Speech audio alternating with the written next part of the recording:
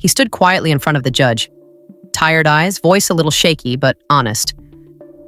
"I've been homeless for the last year," he said. "No theatrics, no excuses. Just the truth. I hit hardship. I'm at Amos' house now, trying to turn things around. Trying to make some money. For the past year, he's been sleeping in his car, the only thing he had left from his divorce. That car is my house now," he added. "If I lose that, I have nothing." He wasn't asking for pity, just a chance. The judge leaned forward. "You have any kids?" "Two," he replied softly. 18 and 21. They live with my ex-wife in Massachusetts. A couple of unpaid meter violations had snowballed into something bigger. A red light ticket, a boot on the car, a system that was about to swallow the one thing keeping him going. The fine was $85 for the red light and a mandatory $100 boot removal fee. The judge didn't flinch. "It's court policy that we receive at least $100 before we can remove the boot. Otherwise, the car gets towed. That's $100 more for the tow and $30 each day it sits there." Then came the quiet confession. "I think I can come up with that in the next 24 hours. Maybe even today." The judge asked gently, "How much can you realistically pay each week?" $20, he answered. "I'm in the process of getting into a 90-day work and housing program at Amos' house. I'm interviewing next Thursday. If I get in, they'll help me stabilize everything. Housing, job, the works." The courtroom went quiet. Most judges would have stuck to the policy. Most systems would have followed the rules, but this judge didn't see a case number.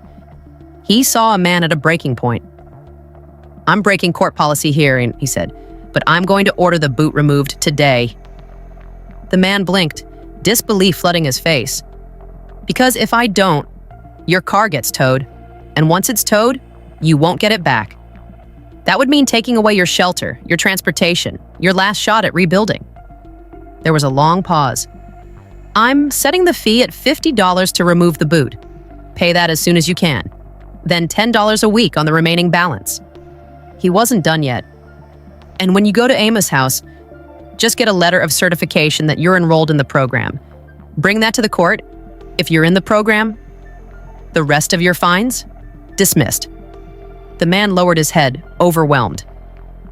"Thank you, Your Honor." The judge looked him in the eye. "We're rooting for you." He nodded again, this time holding back tears. Later, the judge addressed the room and anyone watching. "I know what some people are going to say," he began. "That I was too lenient. That I should have made him pay every cent. That the law is the law. But let me ask you this. Is the law meant to punish people into deeper misery? Or to protect opportunity, especially when someone's trying to turn their life around? If I had stuck to the letter of the law, his car would have been towed. And with it, his home, his job prospects, his chance at redemption. I would have been punishing a man for being poor." He paused. "If I could give everyone in the world just one quality, it would be empathy. Put yourself in his shoes. Would you want to be judged strictly by fines when you're fighting just to survive?" He let the silence speak. "I didn't think so." This wasn't just a legal decision. It was a human one. A moment that proved justice isn't always about rules. Sometimes it's about restoring dignity. So to Mr. Porson and everyone else clawing their way back from rock bottom, we're rooting for you. Keep going.